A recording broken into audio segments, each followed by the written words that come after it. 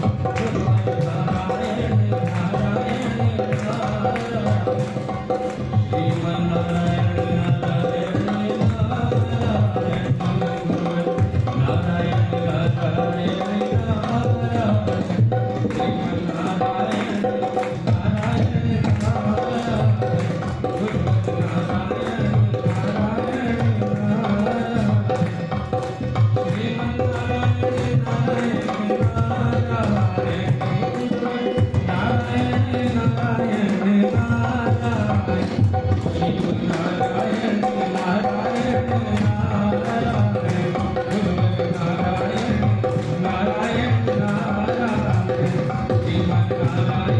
नारायण गुरुवर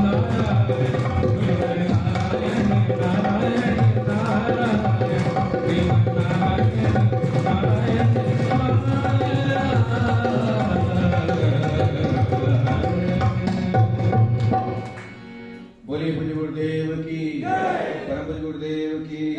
परम वंदनीय माता जी की परम वंदनीय माता जी की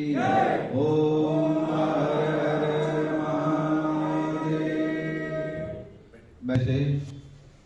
विकलित कंठ से हम सदगुरुदेव का आह्वान करेंगे। बोले पूज्य गुरुदेव की परम पूज्य गुरुदेव की परम वंदनीय माता जी की परम वंदनीय माता जी की ओम हर हर महादेव। सदगुरुदेव का आह्वान होगा अत्यंत भावपूर्ण हृदय से विकलित कंठ से हम सदगुरुदेव का आह्वान करेंगे। हे गुरुदेव, हम जैसे भी हैं आपके हैं, आपने हमें अपनाया है, आप ही अंधकार में प्रकाश स्वरूप हैं, आप मेरे प्राणों में रच पच जाए। इन्हीं भावों के साथ हम सदगुरुदेव का आवाहन करेंगे। बोले पूज्य गुरुदेव की परम पूज्य गुरुदेव की परम वंदनीय माता जी की परम वंदनीय माता जी की ओम हर हर महादेव।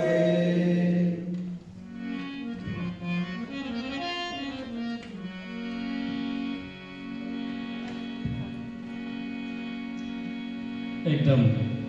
सावधान होकर बैठे, दोनों हाथ जोड़ते हुए, आंखें सबकी बंद हो, केवल और केवल परम पूज्य गुरुदेव का ध्यान, वंदनीय माता जी का ध्यान। मन में एक विचार हो कि हे गुरुदेव, आप हमारे हृदय में विराजमान हो, आपका आशीर्वाद हमें मिलता रहे। ये मन में भाव रखते हुए अश्रुपूरित नेत्रों से पूरे भाव से कहे हरि ओम।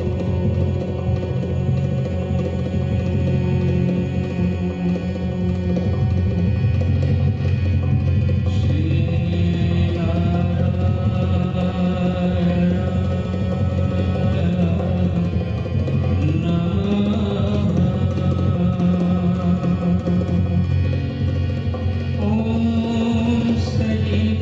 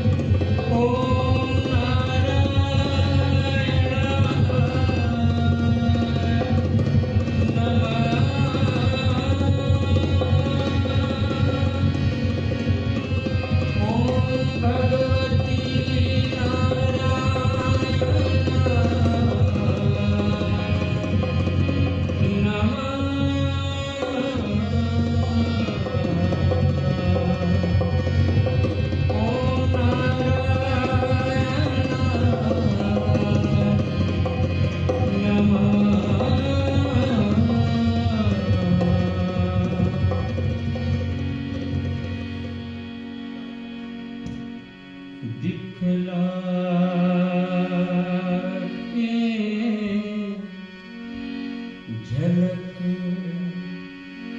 वो छुप ही गया, दिखला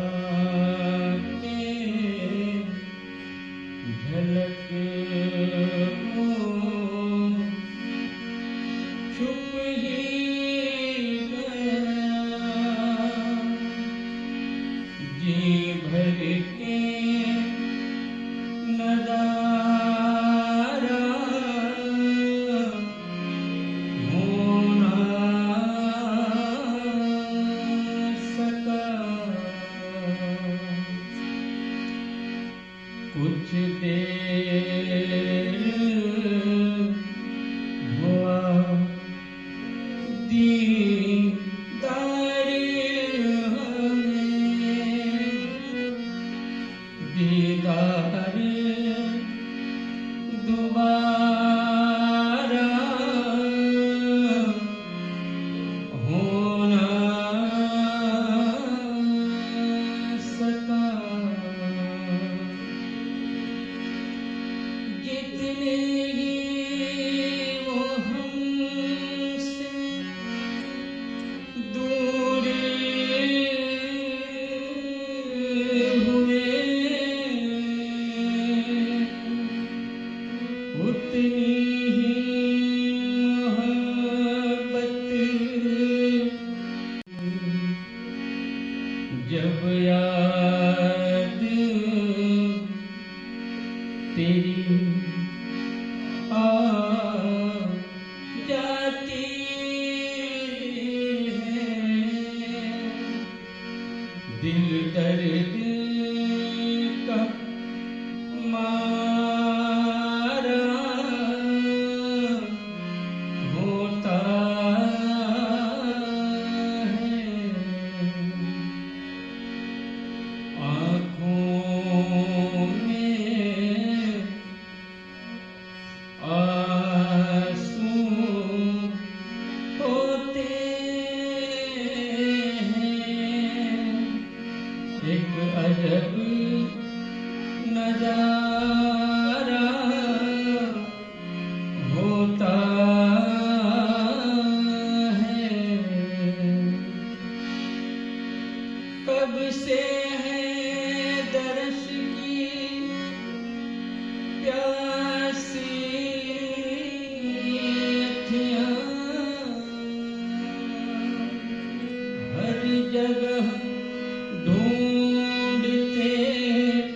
हैं तुमको, अब देर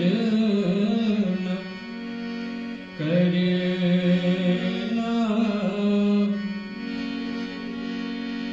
मेरे प्रभु, बस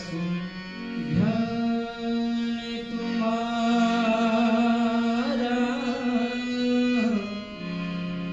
होता है, अब देर न करना मेरे प्रभु, बस ध्यान तुम्हारा होता है। सभी लोग दोनों बाहें फैलाते हुए आसमान की ओर ताकते हुए एक साथ कहे, आवा है आमीन, आवा है आमीन, आवा है आमीन, आवा है आमीन, आवा है आमीन, आवा है आमीन, आवा है आमीन, आवा है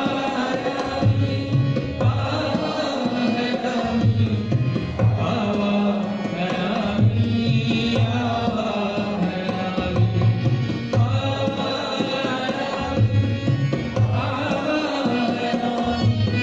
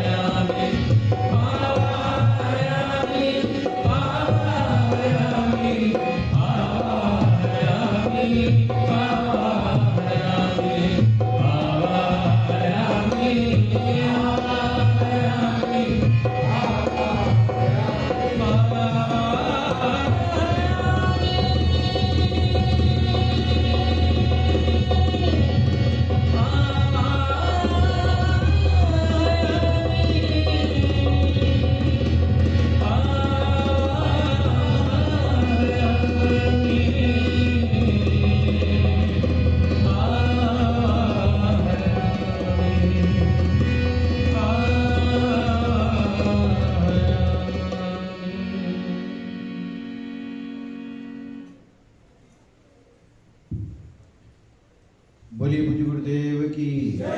परम पूज्य गुरुदेव की परम वंदनीय माता जी की परम वंदनीय माता जी की ओम पूज्य गुरुदेव के चरणों में माल्यार्पण होगा। जिन भाई बहनों ने इस शिविर के आयोजन में सहयोग किया है वे पूज्य गुरुदेव के चरणों में माल्यार्पण करेंगे, पुष्पांजलि अर्पित करेंगे। पूज्य गुरुदेव की परम वंदनीय माता जी की ओम हर हर महादेव। परम पूज्य गुरुदेव के चरणों में माल्यार्पण हुआ। अब हम अपने भाव, अपनी बात परम पूज्य गुरुदेव के चरणों में रखे। हे गुरुदेव, जन्म मरण का बंधन काटो, मेरे प्यार को अमर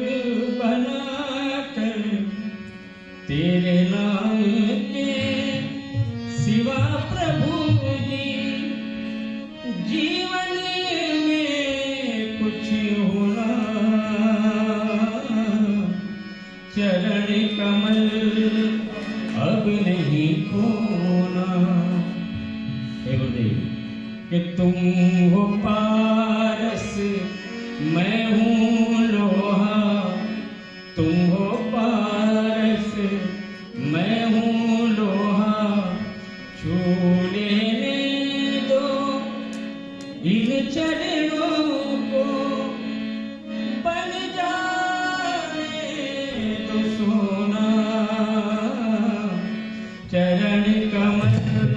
अब नहीं खोना, चरण कमल अब नहीं खोना, छू लेने दो इन चरणों को, छू लेने दो इन चरणों को, बन जाए तो जन्म जन्म में भर पाया, धूल चरण की मिट जाए तो, धूल चरण की मिट जाए तो, फिर कैसा है रोना, चरण कमल अब नहीं खोना, चरण कमल अब नहीं खोना,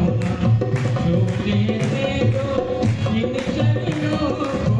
छू लेने दो इन चरणों को, बन जाने दो सोना, चरण कमल अब नहीं खोना, चरण कमल अब नहीं खोना, नटवरी नागरी प्रीत के सागर, सोया प्यार जगा दो आकर, नटवरी नागरी प्रीत के सागर, सोया प्यार जगा दो आकर, जन्म मरण का बंधन काटो, मेरे प्यार को अमर बनाकर, तेरे नाम के सिवा प्रभु जी, तेरे नाम के सिवा प्रभु जी जीवन में कुछ होना, चरण कमल अब नहीं खोना, चरण कमल अब नहीं खोना, छू लेने दो इन चरणों को, छू लेने दो इन चरणों को, बन जाने दो सोना, चरण कमल अब नहीं खोना, चरण कमल अब नहीं खोना, चरण कमल अब नहीं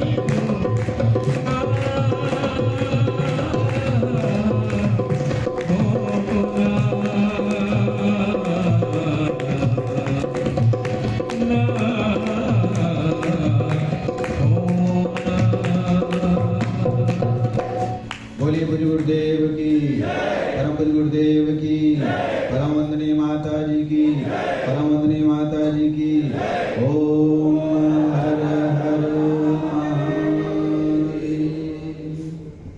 बोलिए पूज्य गुरुदेव की, परम पूज्य गुरुदेव की,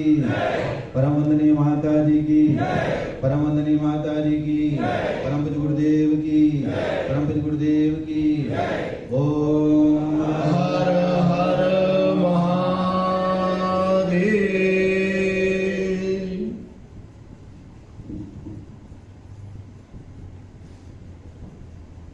साधना शिविर का यह एक और श्रेष्ठ आयोजन,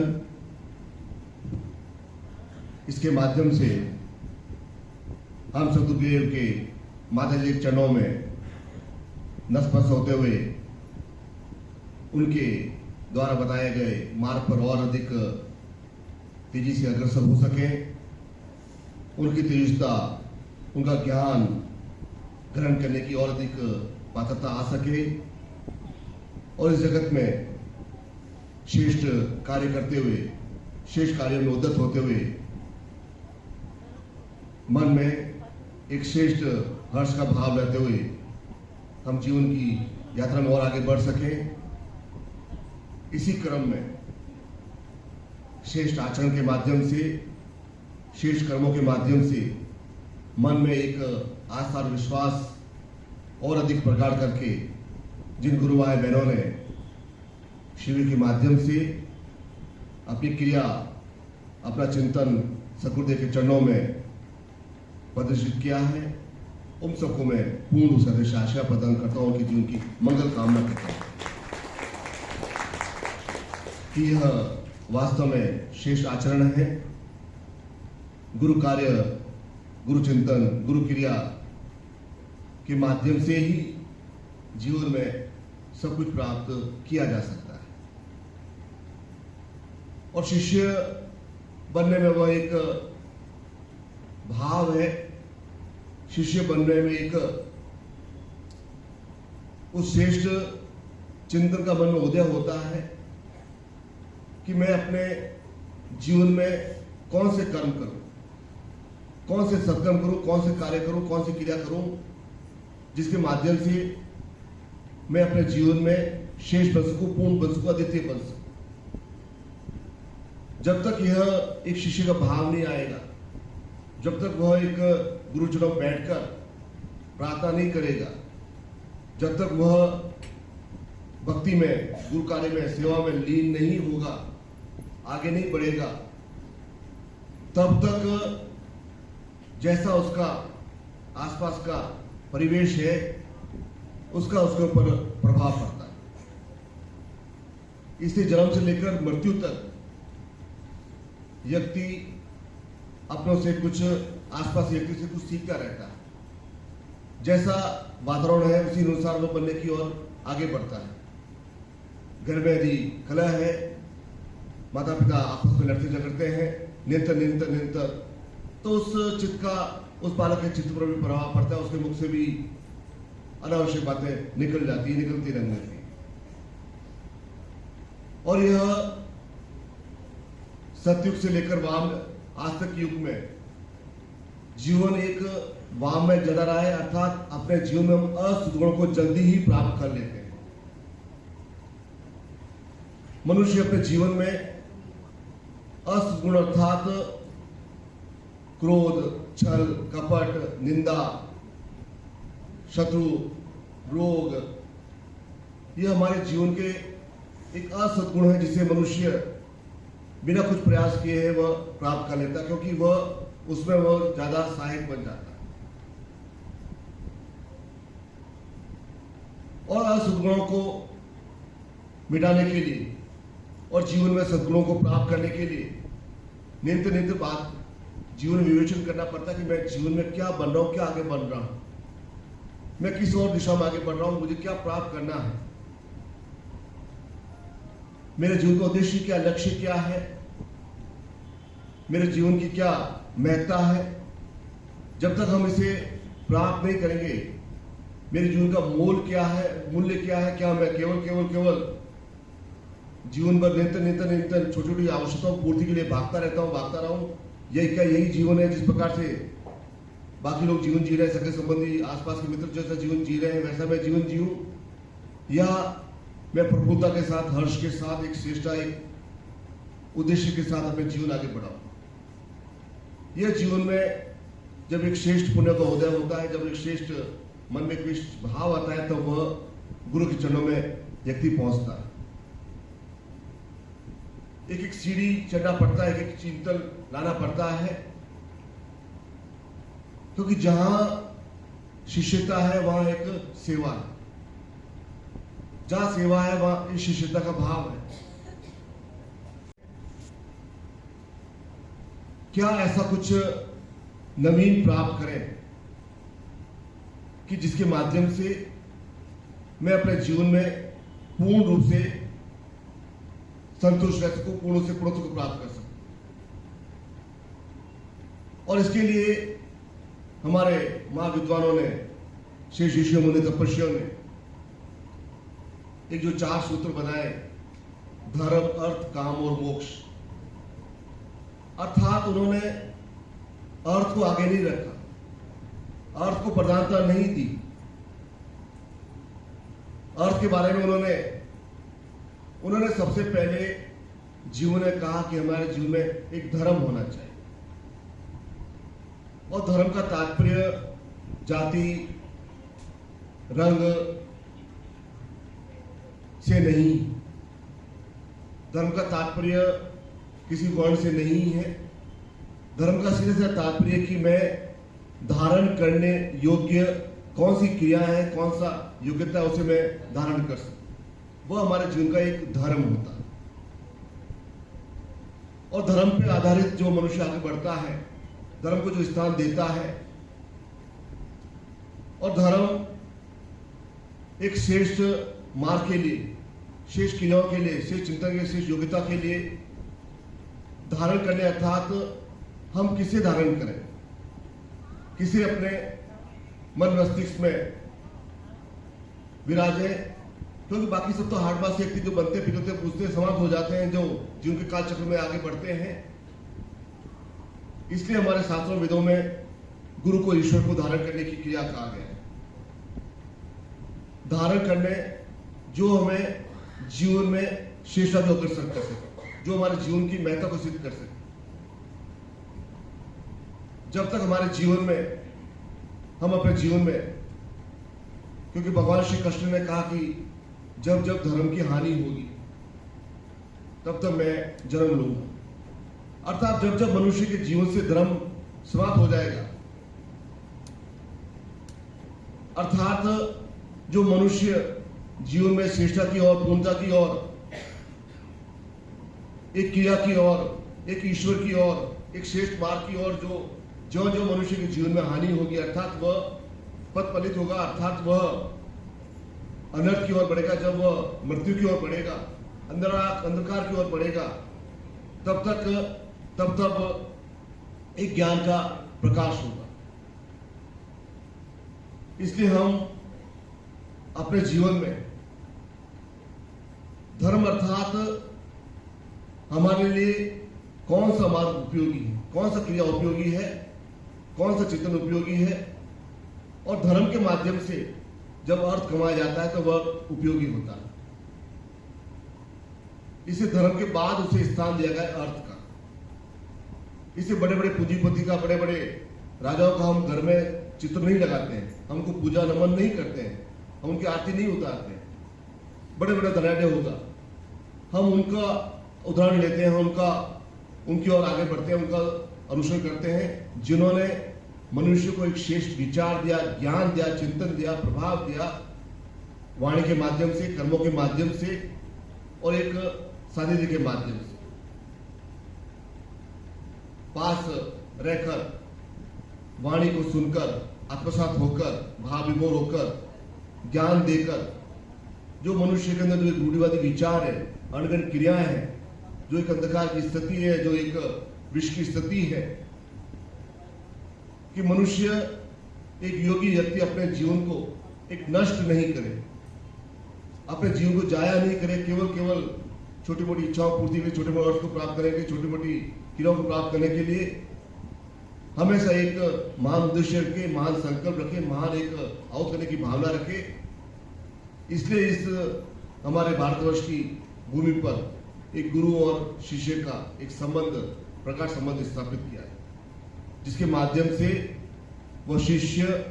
गुरु की धारणा को,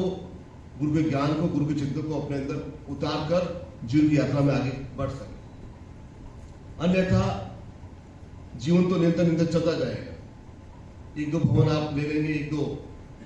वाहन ले लेंगे, गृहस्थी जमा लेंगे, लेकिन जीवन का जो मूल उद्देश्य है, मूल चिंतन है कि मुझे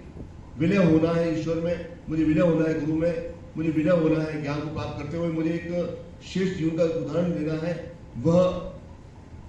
इसलिए इस दुनिया को एक जगत कहा गया, एक संसार का,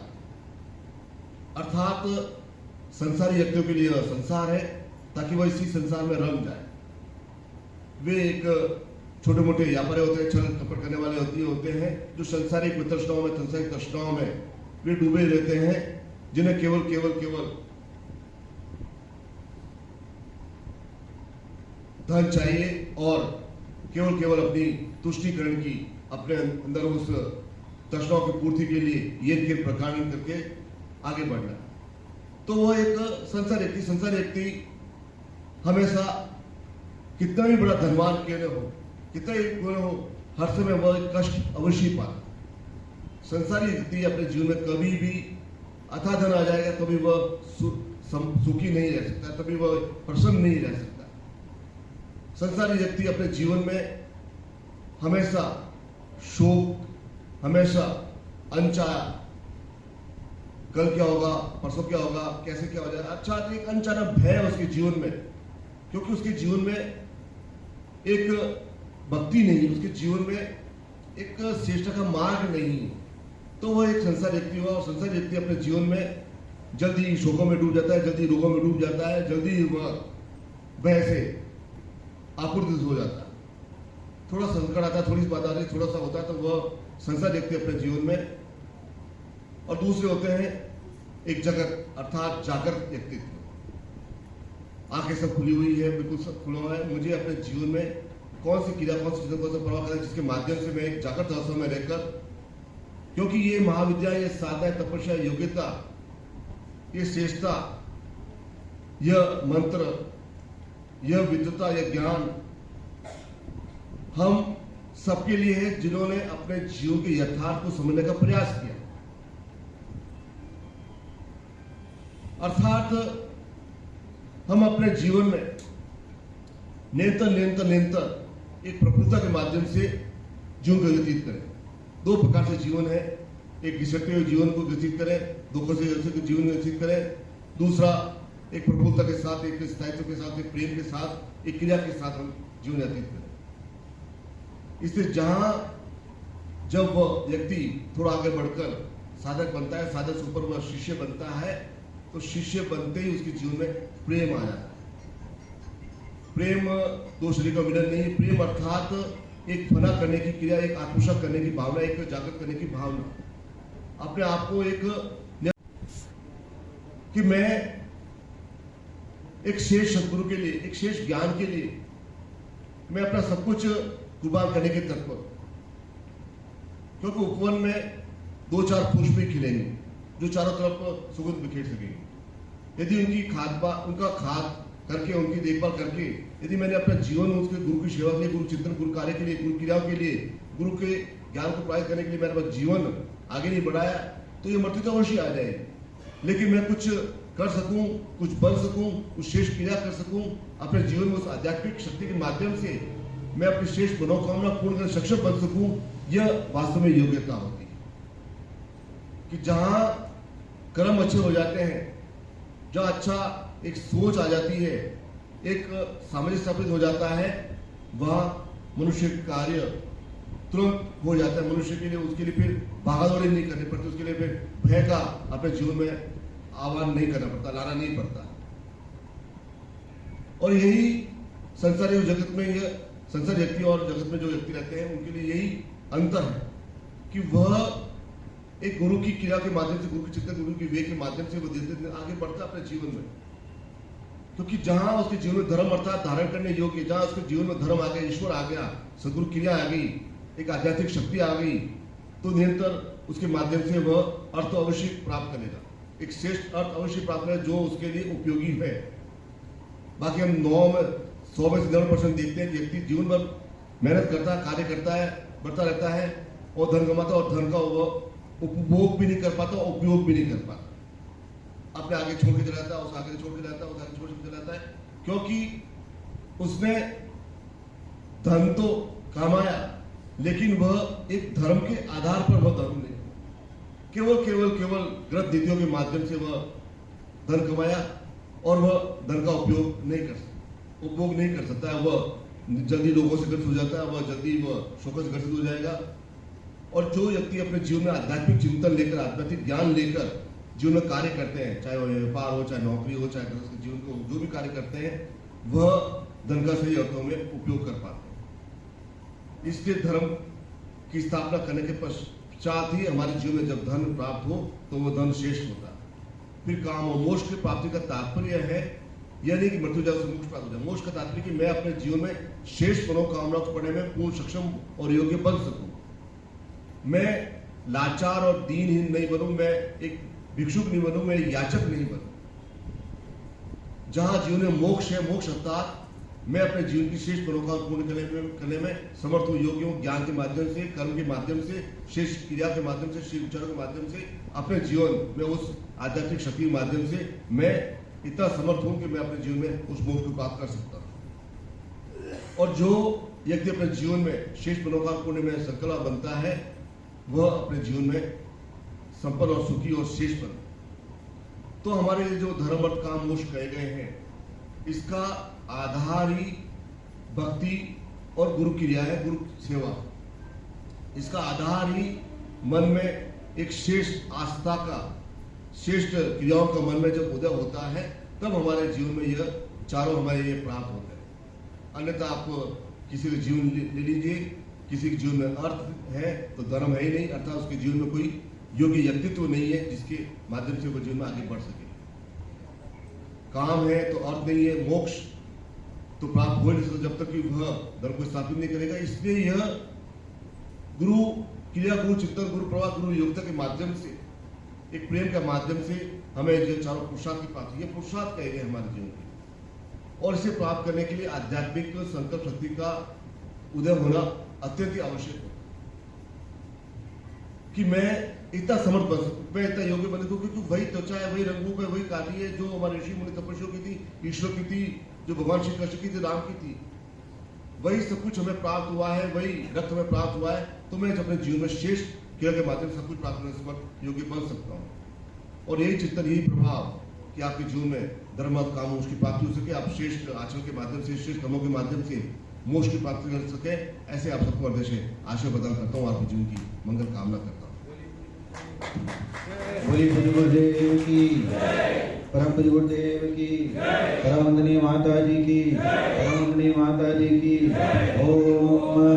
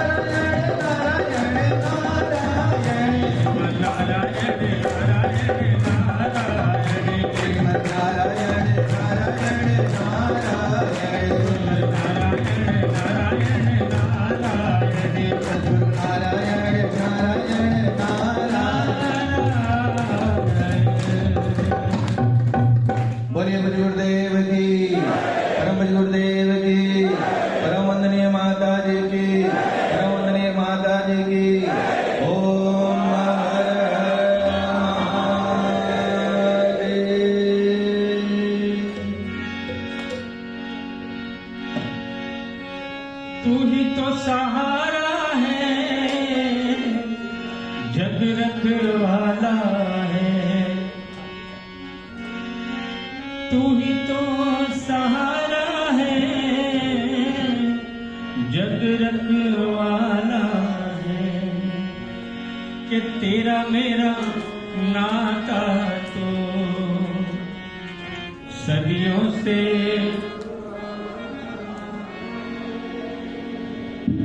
थोड़ा जोर से, कि तेरा मेरा नाता तो सदियों से, कि गुरुवर तुमसे मिलने का बस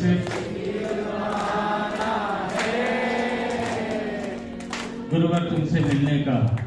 शिविर बहाना है। अगली बार जब भी मुंबई में शिविर हो तो ऐसा शिविर हो, इतना भव्य हो कि वो शिविर ऐतिहासिक शिविर बने, ये प्रयास करें, ये प्रयास हो। इसे दोनों हाथ खड़े करते हुए कि बस शिविर बहाना है गुरुमत मिलने का, कि गुरुमत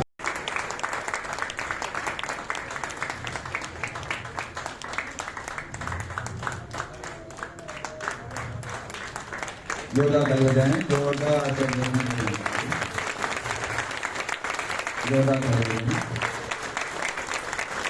बोलिए गुरुदेव की, परम गुरुदेव की, परम वंदनीय माता जी की, परम वंदनीय माता जी की। ओम